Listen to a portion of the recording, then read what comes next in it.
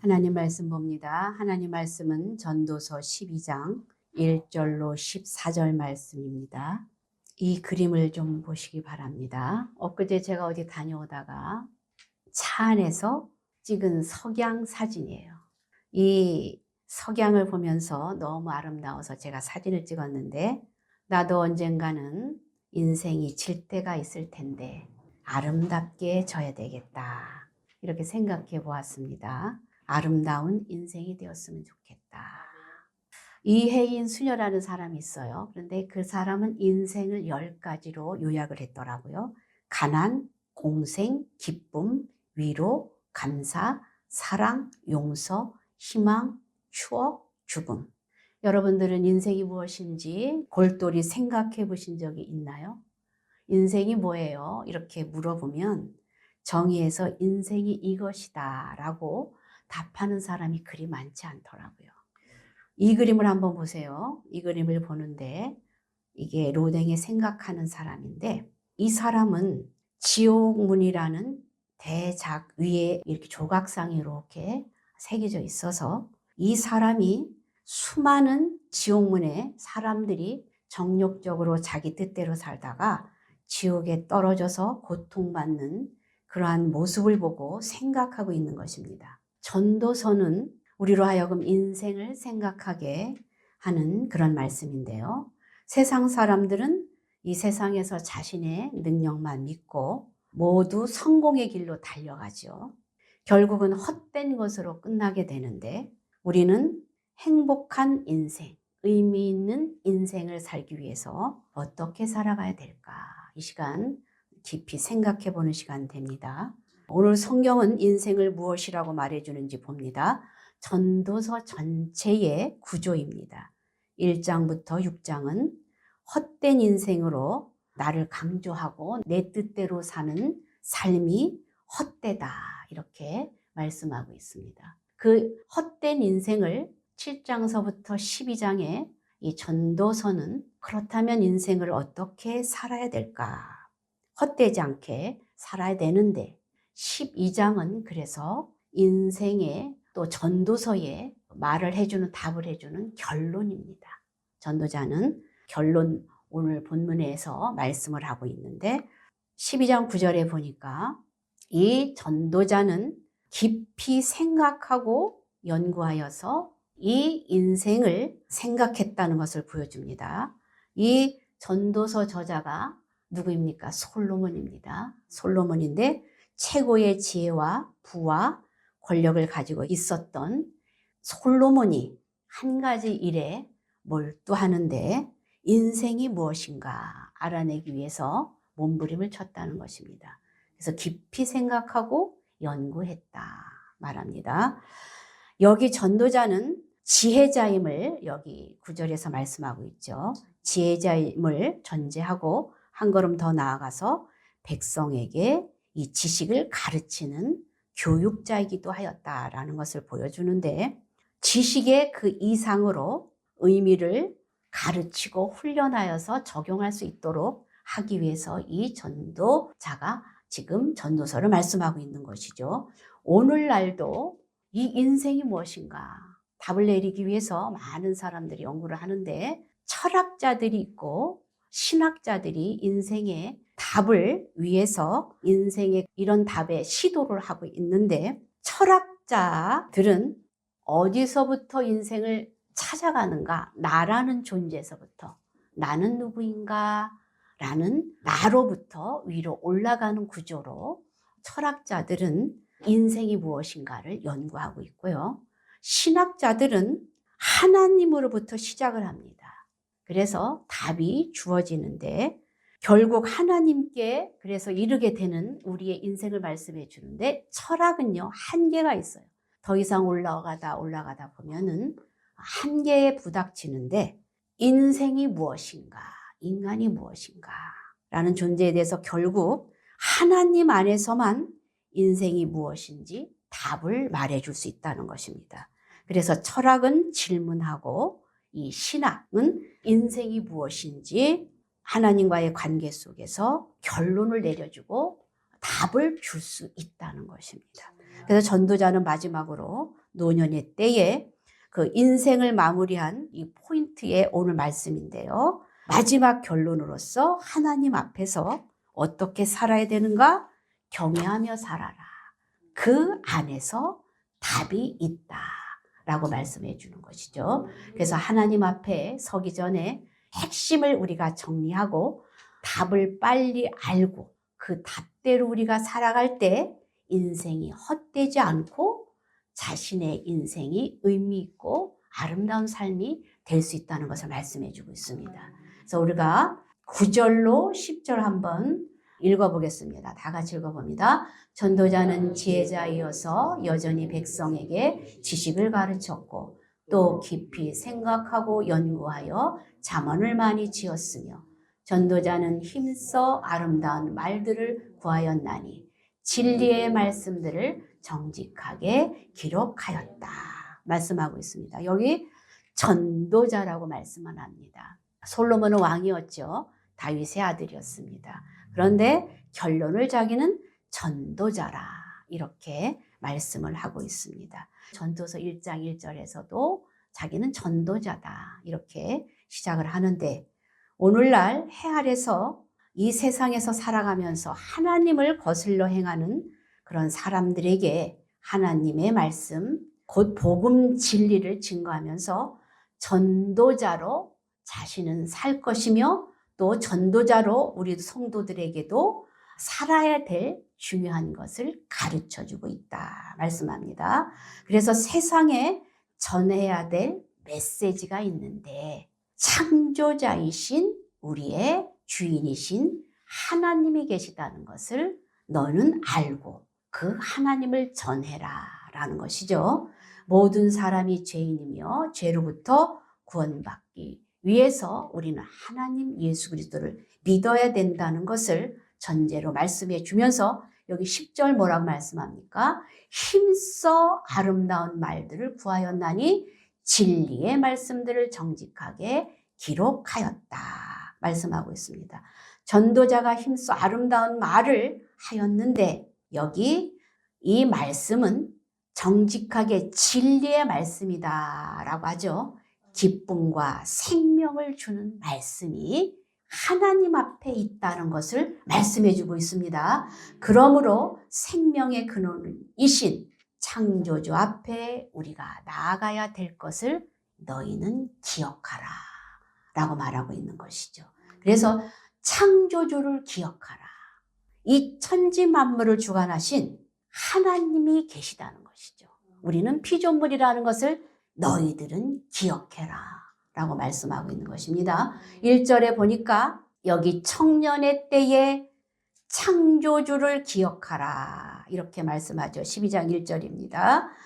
여기 청년의 때 말씀하고 있습니다. 청년의 때. 그러면 나는 청년이 아니고 지금 80이 넘었는데 내가 청년인가? 나는 그러면 상관이 없는 말씀이네. 우리 박 권사님은 그렇게 생각하실 수 있을 것입니다. 그런데 이 청년의 때라는 것은 청년들만 말하는 것이 아니고 생물학적인 나이가 아닌 어떤 목적과 사명을 위해서 부름받고 택함받는 존재들을 다 청년이라고 말씀하고 있습니다. 히브리 사람들은 청년의 이 뜻에 새벽이라는 뜻이 같이 들어있어요. 그런데 아까도 말씀드렸듯이 연령의 문제가 아니죠. 히브리 유대 사람들이 그 지역에 살면서 싸움들이 많이 전쟁이 많이 있었어요. 그런데 이 전쟁에 나가서 싸울 수 있는 사람들을 다 청년으로 보았다는 거예요. 이 사람들은 목적이 있고 나라를 지켜야 되겠다는 사명이 있었죠. 그래서 나가 싸웠듯이 이렇게 하나님 앞에서도 우리가 복음을 믿고 증거하고 전해야 되겠다는 이러한 사명이 있는 그런 뜻을 가진 사람, 나이가 많고 적고 그런 마음을 가진 사람들은 다 무엇이라고요? 청년이라는 것입니다.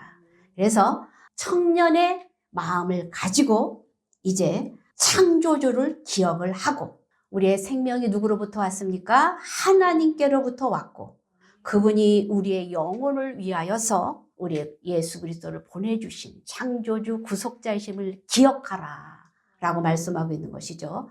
그래서 우리에게 생명을 주신 분을 찾을 때 참된 의미를 발견할 수 있다라는 것이죠.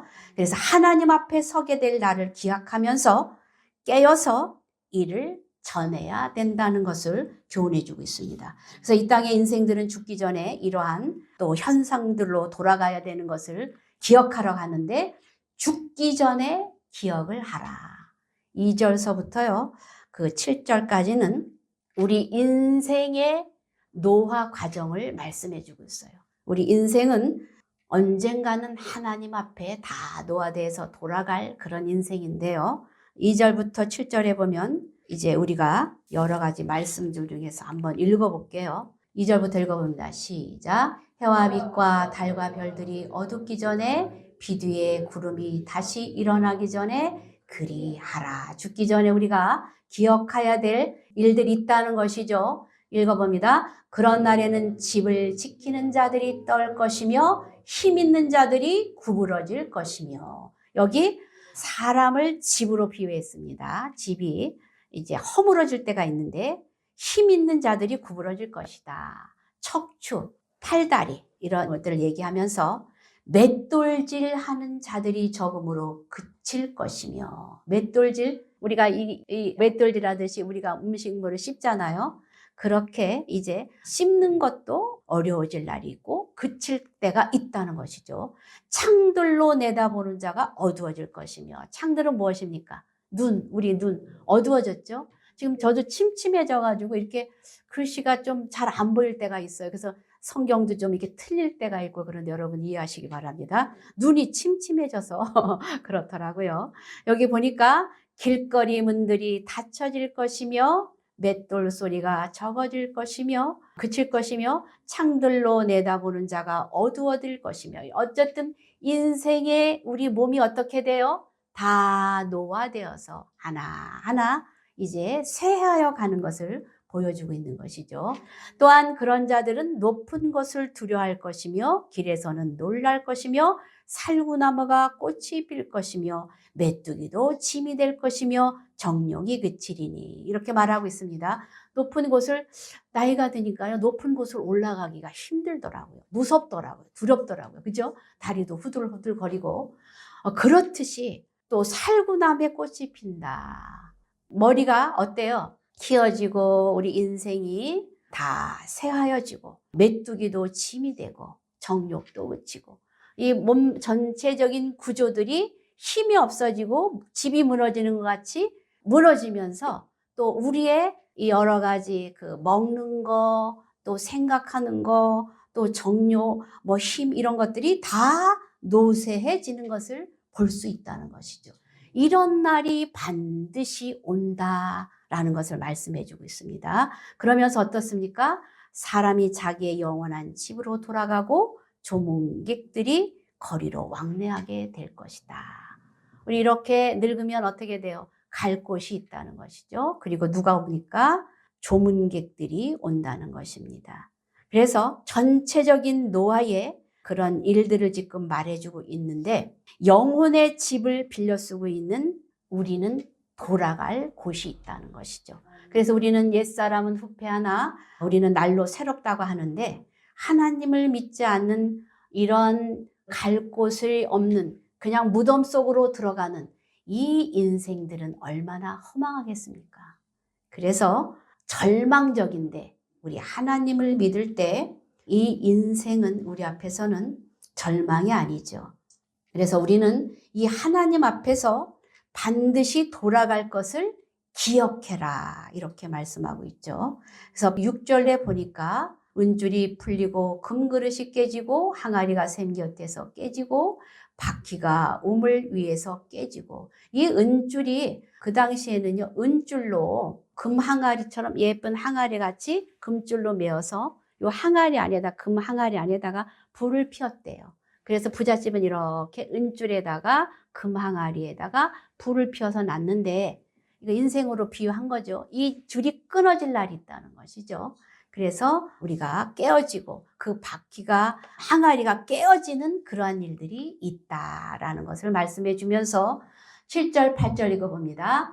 흙은 여전히 땅으로 돌아가고 영은 그것을 주신 하나님께로 돌아가기 전에 기억하라. 전도자가 이르되 헛되고 헛되도다. 모든 것이 헛되도다. 인생에 허물어질 날, 죽음으로 이렇게 무덤으로 들어갈 날이 있다는 것. 그 세상의 정욕과 욕심을 위해서 살아가는 모든 사람들은 헛되다. 그런데 길이 있다는 것을 말씀해 주고 있는 것이죠. 사람의 본분이 있는데 11절 한번 읽어봅니다. 제자들의 말씀들은 찌르고 채찍들 같고 회중의 스승들의 말씀들은 잘 박힌 못 같으니 다 한 목자가 주신 바니라. 여기 사람에게 두 가지가 필요하다는 것을 말씀해 주고 있습니다. 하나는 바른 길을 잘 달리게 하는 채찍이 필요하다는 것이죠. 아무리 잘 가고 있다 하더라도 채찍에 맞아야 바른 길을 가듯이 여기 지혜자의 말씀들은 찌르고 이렇게 말씀했죠. 잠언이 찌른다는 뜻이라고 말씀했죠. 맨 처음에 우리가 말씀을 우리 잠언에서 배울 때 찌를잠이라고 그랬죠. 이 잠언들은 이게 사람들을 찌르면서 옳은 길로 갈 수 있도록 해주시지, 이 지혜자의 말씀들은 찌르고 채찍같이 우리들을 바로 갈 수 있도록 해주는데, 너희들이 이 말씀들을 잘 박힌 못같이 너희들이 이 말씀을 붙잡고 잘 듣고 가야 된다. 하나님의 말씀을 주위에서 잘 들어야 된다. 이래서 말씀을 잘 들으면 잘 박힌 못같이 가슴에 박히고 잘 떨어지지 않고 갈 수 있다. 인생을 살아갈 때 이 말씀들을 잘 붙잡고 가라. 이렇게 말씀하고 있는 것이죠. 그래서 결론을 이제 말씀을 하고 있는데 13절, 14절 다 같이 읽어봅니다. 시작. 일의 결국을 다 들었으니 하나님을 경외하고 그의 명령들을 지킬지어다. 이것이 모든 사람의 본분이니라. 하나님은 모든 행위와 모든 은밀한 일을 선악간에 심판하시리라. 뭐라고 말씀합니까? 너희들이 하나님을 경외해야 된다. 마지막으로 결론을 솔로몬이 내리는 것이죠. 그리고 그의 명령들을 지켜라. 이것이 우리 사람의 본분이다. 라고 말해주는 것이죠.